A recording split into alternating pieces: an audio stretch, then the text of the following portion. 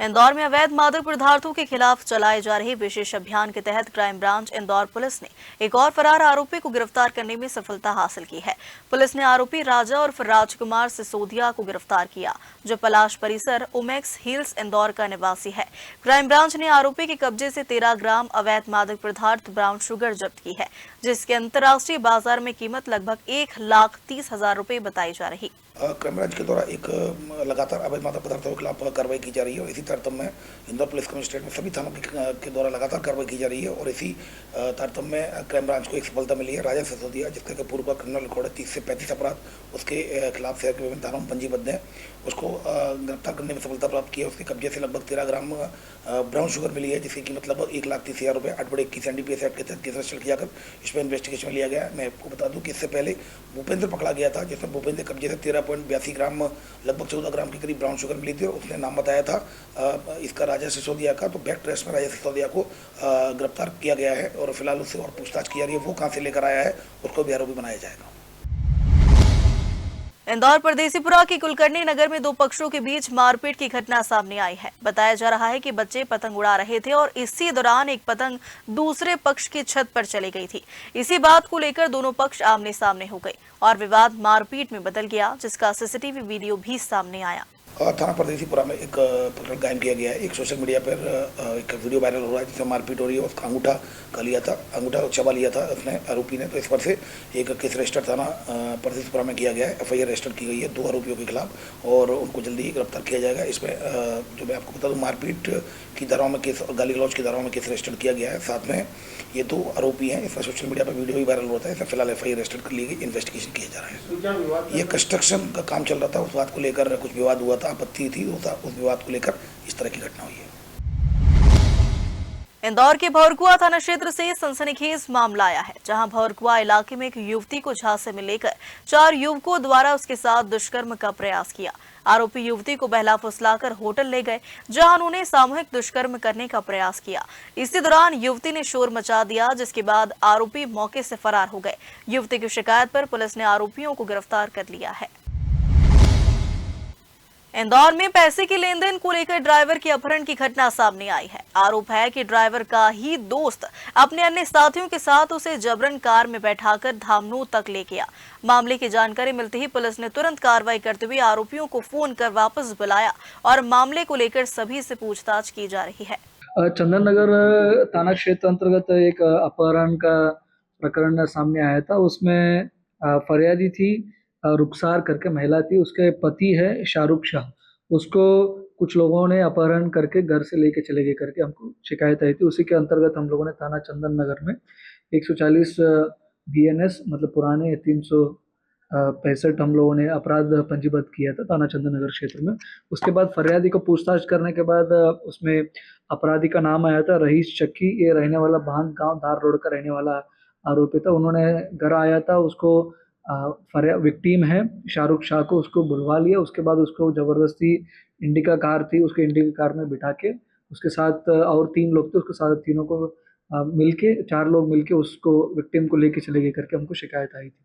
उसके बाद हम लोगों ने तकनीकी माध्यम से उसको पीछा करते करते हम लोगों ने कलगाट है खरगोन जिले में पुनर्वास, उस जगह तक हम लोगों ने उसको पीछा करते हुए उसके बाद हम लोगों ने आरोपी को पकड़ा और उसमें टोटल हम लोगों ने 4 आरोपियों को हिरासत में लिया है। उसमें आरोपी का नाम मुख्य आरोपी है रईस चक्की है, उसके अलावा वसीम मंसूरी है, जाकिर खान और सादिक मंसूरी, चारों आरोपियों को हम लोगों ने हिरासत में लिया। बाद में पूछताछ में हमको ये सामने आया शाहरुख शाह पीड़ित था, उसको अपहरण किया था। उसने इन्होंने आरोपियों से 40,000 कुछ रुपए का लेन देन का इन्होंने दोनों के बीच में हुआ था ड्राइवरिंग गाड़ी चलाने को लेके। उसके बाद पीड़ित ने उसको पैसा वापस नहीं किया था। इसी के चक्कर में आरोपी लोगों ने, चारों लोगों ने मिलकर उसको उठा के लेके गए थे। इसमें हम लोगों ने चारों को भी गिरफ्तार किया है। उसके अभी और पूछताछ भी जारी है। इंदौर की सराफा पुलिस के हाथ बड़ी सफलता लगी है, जिसमें पुलिस ने सोने की ठगी की घटना का खुलासा कर 3 आरोपियों को गिरफ्तार कर लिया है, जिनके पास से 40 लाख रुपए का सोना बरामद किया। आरोपियों ने सुनियोजित तरीके से सराफा बाजार में फर्जी दुकान खोलकर इस वारदात को अंजाम दिया था। इंदौर की जोन 4 पुलिस द्वारा लगातार प्रभावी कार्रवाई करते आ रही है अपराध को रोकने के लिए। उसी के तारतम्य में सराफा थाने पुलिस की टीम के द्वारा एक सोने की ठगी करने वाले आरोपियों को, 3 आरोपियों को हम लोगों ने गिरफ्तार किया गया। अपराध इस तरीके से था, ही आरोपी द्वारा सराफा थाना क्षेत्र अंतर्गत एक दुकान को इन्होंने किराए पे लिया था, एक दलाल के और एक दूसरे आरोपी को मदद से। उस आरोपी द्वारा, फरियादी है मुकेश अग्रवाल, मुकेश अग्रवाल के द्वारा उनके साथ आरोपी का शांतिलाल था मेन मुख्य आरोपी, उनके द्वारा उनके साथ बात होती है लगभग 370 ग्राम के सोने को खरीदने को लेकर। आरोपी द्वारा शांतिलाल एक सराफा थाना क्षेत्र अंतर्गत एक फर्जी दुकान को इन्होंने सेटअप कर लिया। फर्जी दुकान को सेटअप करके खुद को एक सोने के व्यापारी द्वारा फरियादी को दिखाया गया और फरियादी के साथ उन्होंने बातचीत किया 370 ग्राम की सोने को खरीदने का। उसमें फरियादी मुकेश अग्रवाल द्वारा कुछ दिनों के बाद 370 ग्राम के सोने को तैयार करके उनके काम करने वाले 2 लड़के थे, उनको दोनों लड़कों के साथ उस सोने को उनको बेचने के लिए, आरोपी को बेचने के लिए चले गए थे। उसमें शांतिलाल द्वारा उस सोने को ले लिया, उसके बाद उसको पेमेंट देने के चक्कर में उस दुकान के अंदर चले जाते और दुकान के पीछे के दरवाजे से वो शांतिलाल उसी समय फरार हो जाते हैं। उसके बाद फरियादी को पता चल जाता है हमारे साथ धोखाधड़ी हुआ है करके। उसके बाद थाना सराफा को संपर्क करने के बाद तुरंत थाना सराफा द्वारा उसके खिलाफ अपराध पंजीबद्ध किया है। अपराध को 318 और 316 की BNS के सुसंगत धाराओं पे उसके खिलाफ अपराध पंजीबद्ध किया। उसके बाद थाना सराफा एवं थाना छतरीपुरा का संयुक्त टीम ACP सराफा और एडिशनल DCP जोन 4 के मार्गदर्शन में हमने टीम को गठित किया। उसके बाद तकनीकी माध्यम और उसके बाद CCTV फुटेज से और उसके साथ हम लोगों ने वो किराए का दुकान लिया था, उसका हम लोगों ने वेरिफिकेशन करते करते एक आदमी का बारे में हमको पता चल जाते, शांतिलाल का साथ एक सह आरोपी था, उसका नाम मोहित वर्मा, पिता राघवेंद्र वर्मा, उसके बारे में हमको पता चल जाते। उन्होंने पुराने उसके खिलाफ आपराधिक रिकॉर्ड भी है। उसके साथ उन्होंने साथ में मिलके किराए पे दुकान लिया था। ये रहने वाला लोकल इंदौर का ही था, उसको हम लोगों ने पहले गिरफ्तार किया और उसके मोहित वर्मा के साथ हम लोगों ने लगातार पूछताछ करने के बाद और 2 आरोपियों के बारे में पता चल जाता है। दूसरा आरोपी है देवेंद्र नरवरिया है, ये रहने वाला बाणगंगा क्षेत्र इंदौर का ही रहने वाला है, उसके बारे में हमको पता चल जाता है। उसके बाद और पूछताछ करने से हमको तीसरा आरोपियों के बारे में पता चल जाते हैं। तीसरा आरोपी है तेजस पिता राजेंद्र पारिक है, ये रहने वाला है मुंबई के रहने वाले, उसके बारे में हमको पता चल जाता है। उसके बाद हम लोगों ने तुरंत टीम को मुंबई को रवाना किया। वहाँ से मुंबई से हम लोगों ने तेजस पिता राजेंद्र पारिक को हम लोगों ने हिरासत में लिया। उसके और पूछताछ करने के बाद हमको पूरा सोने का रिकवरी हुआ। उसमें मोहित वर्मा है लोकल इंदौर का रहने वाले, उनसे हम लोगों ने 100 ग्राम की सोने का रिकवरी किया। उसके बाद तेजस के द्वारा बताया गया उसका खुद का भी सोना उन्हीं के अंदर उन्हीं के घर में रखा था, उसके वजह से मोहित के घर से ही और 90 ग्राम सोने को हम लोगों ने रिकवर किया। उसके बाद और एक आरोपी था देवेंद्र नरवरिया था, उनसे भी हम लोगों ने 90 ग्राम सोने का रिकवरी किया। टोटल हम लोगों ने 270 ग्राम्स की सोने का हम लोगों ने रिकवरी किया। इन्होंने पूरा घर लेके उसको उन्होंने छोटा सा बिस्किट टाइप बना लिया था। लगभग 40 लाख का मशरूका हम लोगों ने इन लोगों से हम लोगों ने रिकवरी किया। अभी मुख्य आरोपी है शांतिलाल उर्फ शंकर है, इनका हम लोगों ने तलाशी जारी है, उनको भी हम लोगों ने जल्द से जल्द गिरफ्तार करेंगे। इंदौर के भागीरथपुरा में दूषित पानी घटना को लेकर शुक्रवार को इंदौर में कांग्रेसियों ने बड़ा प्रदर्शन किया।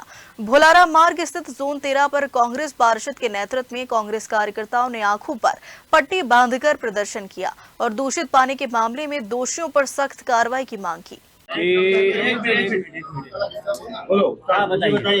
देखिए, मामला ये है कि हम ये जोन पे आए, जोन नंबर 13 है जिसमें 4 वार्ड जुड़ते हैं। अब उन 4 वार्डों में ये समस्या आ रही है। पहले मैं अपने वार्ड की बात करता हूँ कि वहाँ पे भावना नगर है। भावना नगर में पिछले 4 महीनों से एक ड्रेनेज लाइन डाली है।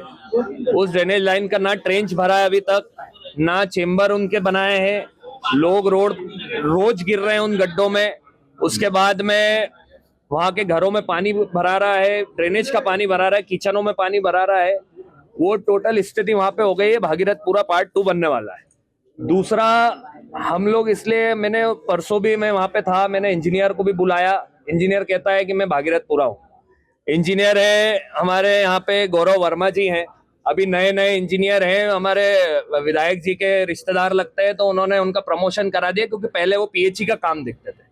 आज स्थिति ये हो गई है कि नगर निगम के पास में 85 वार्ड में 85 इंजीनियर नहीं है। इंजीनियर कोई PHE का इंजीनियर को जनकार्य का काम दे दिया है तो कैसे काम करेगा? ये टोटली नगर निगम बिल्कुल बेवकूफ बनाने का काम कर रही है। 8-8.5 करोड़ का साल का बजट है, पर वो बजट पे बिल्कुल कार्य नहीं हो रहा है।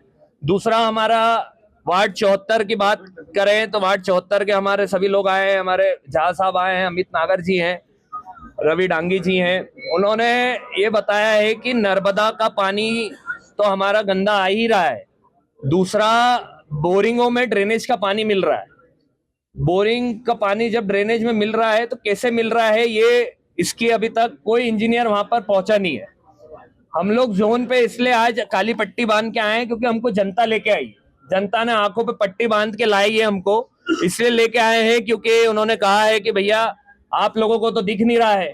पर अब उनको कौन बताए कि ये सरकार भी अंधी हो गई है, नगर निगम भी अंधी हो गई है। हमको तो जोन से उम्मीद थी, तो जोन भी अंधा हो गया है, तो अंधों को अंधों से भाषा में बात करनी पड़ती। इसी हिसाब से आज हम लोग जोन पे सभी लोग आए थे। अभी भी संबंधित अधिकारी कोई आया नहीं है। उन्होंने मीटिंग में है जेडो साहब, तो उन्होंने एक इंजीनियर को भेज दिया है जिनको कुछ पता नहीं है इसके कि दूसरे मामलों में क्या है, दूसरे वार्डों में क्या दिक्कत है। महिलाएं भी सारी हमारी आई है भावना नगर के, और ये समस्या थी, इसलिए आज हम लोग सब लोग जोन 13 पे आए। ताला भी लगाएंगे? ताला बिल्कुल लगाएंगे, ताला भी लगाएंगे क्योंकि जोन पे कोई किसी प्रकार की सुनवाई हुई नहीं है, इसलिए ताला लगाया जाए। आपका नाम बताइए। मेरा नाम कुणाल सोलंकी, मैं पार्षद हूँ।